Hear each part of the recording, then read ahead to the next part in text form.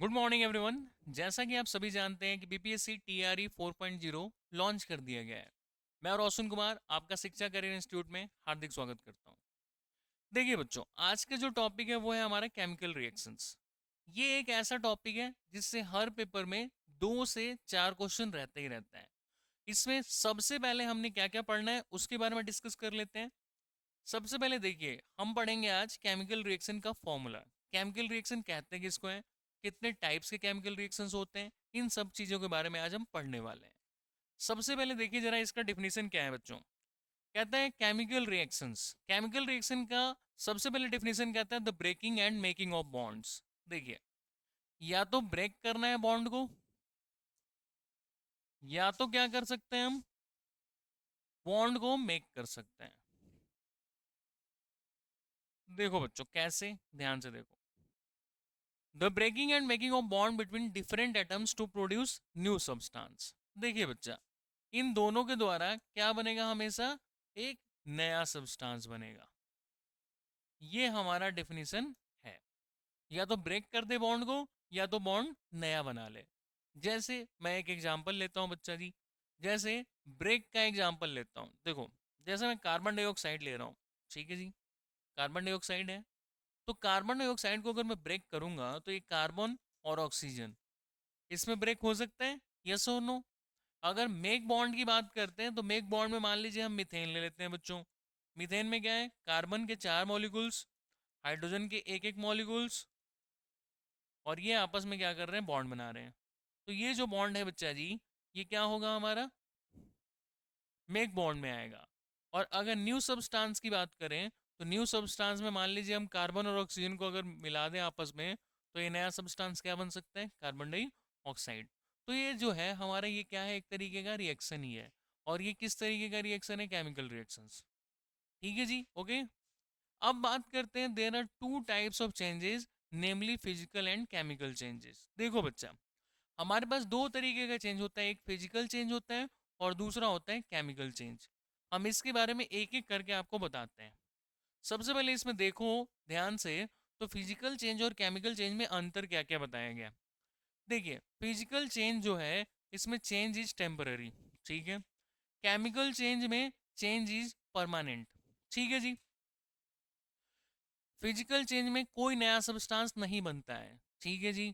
और chemical change में हमेशा नया सब्सटेंस ही बनेगा, ठीक है। There is change only in physical property. इसमें क्या होता है, फिजिकल प्रॉपर्टी में चेंज होता है, लेकिन इसमें फिजिकल और केमिकल दोनों प्रॉपर्टी में चेंज हो सकता है। किसमें, केमिकल चेंज में। फिजिकल चेंज में change can be reverse by the physical methods. देखो भाई साहब, ये सबसे जरूरी पॉइंट, कि जो चेंज हो गया ना, वो रिवर्स हो सकता है। जो भी चीज़ बन गई उसको दोबारा वापस बनाया जा सकता है। तो किसका एग्जाम्पल होगा, फिजिकल चेंज का। और यहाँ पे क्या है, change can not be reverse bye simple physical methods. इसमें जो है वो चेंज आसानी से फिजिकल मेथड द्वारा नहीं ला सकते हैं। अगला क्या है, एनर्जी में और मे नॉट बी रिलीज और एब्जॉर्ब। एनर्जी ना तो रिलीज होगी और ना ही ली जाएगी। लेकिन केमिकल चेंज में क्या होगा, एनर्जी रिलीज भी होगा और एब्जॉर्ब भी होगा। देखिए, any changes that involves chemical change is called chemical reaction, ठीक है जी। जो भी हमारे पास चेंज है, केमिकल चेंज, वो किसी भी परिस्थिति में क्या कहलाएगा, केमिकल रिएक्शन। अब इसका एक एग्जांपल लेता हूं बच्चा जी, ध्यान से समझिएगा। अगर मैं बात करता हूं, जैसे यहाँ पे 3 चीजें आपको दिख रही हैं, ये तीनों चीजें आपको समझाएंगी। सबसे पहले मेल्टिंग ऑफ आइस, ये क्या है, physical change. Melting of ice क्या है, फिजिकल चेंज। ऐसा क्यों, देखो। अगर हमने बर्फ को पिघला दिया, ठीक है, आइस है, आइस को वाटर बना दिया, ठीक है मेरे भाई, यस और नो। तो क्या हम वाटर को आइस बना सकते हैं बच्चा, हाँ या ना। अगर मैं आइस को वाटर में पिघला रहा हूं, तो क्या वाटर से आइस बन सकता है, यस और नो। तो आप कहेंगे बिल्कुल सर। तो ये कौन सी प्रॉपर्टी है, फिजिकल चेंज। जिसको दोबारा वापस उसी फॉर्म में लाया जा सके, वो क्या बनेगा, फिजिकल चेंज। अगला है rusting of iron. Rusting of iron क्या कहते हैं, कि अगर हमारे लोहे के ऊपर जंग लग जाए, ठीक है, तो जब जंग लग जाएगा तो उसकी परत ही खत्म हो जाएगी, यस और नो। तो नया चीज तो बना ही नहीं सकता, दोबारा उसको थोड़ी ना हम वापस ला सकते हैं। तो ये क्या बनेगा, chemical change. Formation of curd, ठीक है, जो हमारा दही है बच्चों, दही को हटा के फिर से उसमें से निकाल सकते हैं हम। तो ये क्या बन जाएगा, ये हमारा दही को निकाल के हम दोबारा उसको दूसरे फॉर्म में नहीं बना सकते। एक बार दही बन गया तो दही से दूध तो नहीं बनेगा, इसीलिए क्या बनेगा, chemical change. Formation of curd क्या होगा, दही से दूध नहीं बना सकते बच्चों, इसीलिए किसमें होगा, केमिकल चेंज में। लेकिन अगर हम बर्फ की बात करें तो बर्फ को पिघला के वाटर, वाटर को बना देंगे बर्फ, तो ये हमारा फिजिकल चेंज होगा। रस्टिंग ऑफ आयरन में दोबारा हम उसको वापस उसी फॉर्म में नहीं ला सकते, इसीलिए केमिकल चेंज होगा। दही से दूध नहीं बनेगा, इसीलिए क्या होगा, केमिकल चेंज होगा। दूध से दही बन गया तो बन गया, ठीक है।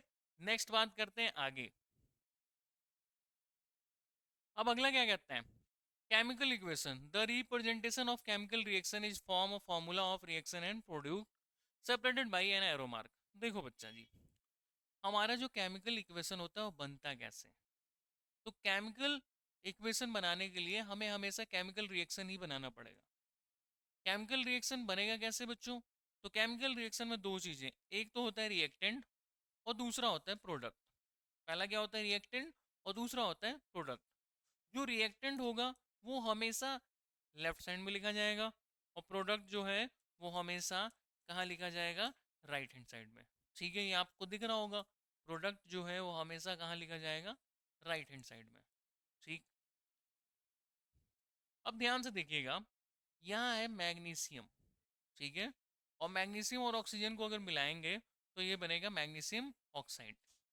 मैग्नीशियम और ऑक्सीजन को अगर मिलाएंगे तो ये क्या बनेगा, मैग्नीशियम ऑक्साइड। अगर मैं बात करूँ यहाँ पे देखिए, मैग्नीशियम है बच्चों, और मैग्नीशियम को रिएक्शन कराया O2 के साथ, ऑक्सीजन के साथ, तो ये बन गया मैग्नीशियम ऑक्साइड, यस और नो। लेकिन अब अगर हम बात करें तो ये रिएक्शन हमारे पास बैलेंस नहीं है बच्चों। अगर ये रिएक्शन बैलेंस नहीं है, क्यों, क्योंकि देखो LHS में जितनी मॉलिक्यूल्स होने चाहिए उतने ही मॉलिक्यूल्स होने चाहिए RHS में, जितने मॉलिक्यूल्स LHS में उतने ही मॉलिक्यूल्स कहाँ होने चाहिए, RHS में। तो अगर मैं ध्यान से देखूं बच्चों, तो मैग्नीशियम के पास यहाँ पे कितने मॉलिक्यूल्स हैं, एक, यहाँ पे मैग्नीशियम के पास एक, ऑक्सीजन के पास यहाँ पे दो मॉलिक्यूल, यहाँ पे ऑक्सीजन के पास एक मॉलिक्यूल। तो भाई साहब बैलेंस रिएक्शन ये नहीं है। बैलेंस कैसे करेंगे, देखो, अगर ऑक्सीजन के पास दो मॉलिक्यूल्स हैं तो यहाँ भी ऑक्सीजन के पास दो मॉलिक्यूल्स होने चाहिए, तो हम दो लगा देते हैं। इससे कौन बैलेंस हो गया, ऑक्सीजन लेफ्ट साइड साइड में भी दो हैं और राइट साइड में भी दो हैं। मैग्नीशियम यहाँ पे कितने हैं, दो, तो यहाँ भी दो बनाना पड़ेगा बच्चा जी। तो ये क्या बनेगा, 2Mg+O2, क्या बनेगा, 2Mg+O2, और ये क्या बनेगा, 2MgO, ठीक है, क्या बनेगा, मैग्नीशियम ऑक्साइड। अब बात करते हैं नेक्स्ट आगे।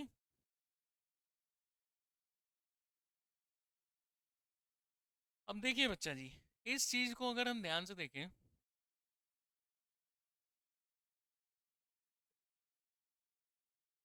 देखो, कहते हैं बैलेंस इक्वेशंस, ये हम पढ़ने वाले हैं। कहते हैं the same number of atom of each element on the LHS and the RHS of the equation. जितने मॉलिक्यूल्स LHS में हैं उतने मॉलिक्यूल्स RHS में होने चाहिए, तभी वो बैलेंस रिएक्शन कहलाएगा। यही बात इसने आपको समझाई है। बहुत सारे एग्जाम्पल्स हैं जिससे मैं आपको इसको समझाने वाला हूँ। अब देखो, यहाँ मैग्नीशियम, यहाँ ऑक्सीजन, यहाँ MgO2। तो देखो LHS में मैग्नीशियम कितना है, एक, ऑक्सीजन कितना है, दो, ठीक है। RHS में मैग्नीशियम कितना है, वन, ठीक है, और ऑक्सीजन होना चाहिए था दो। ऑक्सीजन कितना होना चाहिए था, दो, लेकिन है कितना, सिर्फ एक। तो ये तो बैलेंस है ही नहीं भाई, ठीक है। ऑक्सीजन यहाँ पे कितना है बच्चों, एक, ऑक्सीजन यहाँ पे एक लिख दीजिए। अब इसको क्या करना है, बैलेंस। तो देखो, ऑक्सीजन अगर दो है तो ऑक्सीजन को दो बनाइए, तो ऑक्सीजन में टू से मल्टीप्लाई कर दिया, ठीक। मैग्नीशियम अभी भी एक है, तो इसको भी दो से मल्टीप्लाई करना पड़ेगा ना बच्चा। अब अगर ये भी हमारे पास दो हो जाए और मैग्नीशियम यहाँ भी अगर दो हो जाए, तभी ये रिएक्शन हमारे पास पॉसिबल है। देखो ध्यान से, यहाँ पे Mg+O2, 2MgO, अभी भी बैलेंस नहीं है क्योंकि यहाँ पे टू नहीं लगा है, ठीक है। दोबारा देखो जरा, इसको मैं समझाता हूँ एक बार और, देखो बहुत ही आसान रिएक्शन है, ज़्यादा समझना नहीं है आपको। सबसे पहले अगर आप देखोगे ध्यान से, तो मैग्नीशियम जो है, मैग्नीशियम के पास एक मॉलिक्यूल, O2 के पास, ऑक्सीजन के पास दो मॉलिक्यूल, मैग्नीशियम के पास एक मॉलिक्यूल, ऑक्सीजन के पास है तो यहाँ पे एक मॉलिक्यूल। कितने मॉलिक्यूल्स हैं यहाँ पे? एक। ठीक। अब देखो मैग्नीशियम फिर से कितना है? एक। अगर मैं ऑक्सीजन की बात करूं तो ऑक्सीजन कितना है? दो। ठीक है। अब मैग्नीशियम यहाँ पे एक, अगर मैं ऑक्सीजन को एक से मल्टीप्लाई कर देता तो 2 × 1 कितना बन जाता? 2। अब ध्यान से देखोगे तो Mg+O2 ये क्या बन रहा है? 2MgO। अगले पेज पे चलते हैं। देखो मैग्नीशियम के पास एक इलेक्ट्रॉन, ऑक्सीजन के पास दो, मैग्नीशियम के पास दो, ऑक्सीजन के पास दो, तो ये बन जाएगा बैलेंस रिएक्शन। हम दोबारा इस चीज को देख लेते हैं। Mg+O2, हमारे पास MgO पता है मैग्नीशियम ऑक्साइड होता है। देखो मैग्नीशियम के पास एक इलेक्ट्रॉन, ऑक्सीजन के पास दो इलेक्ट्रॉन, मैग्नीशियम के पास एक इलेक्ट्रॉन, ऑक्सीजन के पास एक इलेक्ट्रॉन। तो देखो बच्चा, ऑक्सीजन के पास यहाँ दो इलेक्ट्रॉन दिख रहा है, तो ऑक्सीजन को दो इलेक्ट्रॉन दे दो। अब जैसे ही ऑक्सीजन को दो इलेक्ट्रॉन दिए तुम, तो तुमको दिखेगा मैग्नीशियम के पास भी दो इलेक्ट्रॉन चाहिए, तो इसको भी कितना देना पड़ेगा? दो देना पड़ेगा। तो बैलेंस क्या हो जाएगा? 2Mg+O2। तो बैलेंस रिएक्शन इज 2MgO। ठीक है, ये क्या बनेगा? Magnesium oxide. ठीक है बच्चों, तो आज के बेसिक लेक्चर में इतना ही रखते हैं। मिलते हैं नेक्स्ट लेक्चर में, तब तक के लिए have a nice day. Thank you.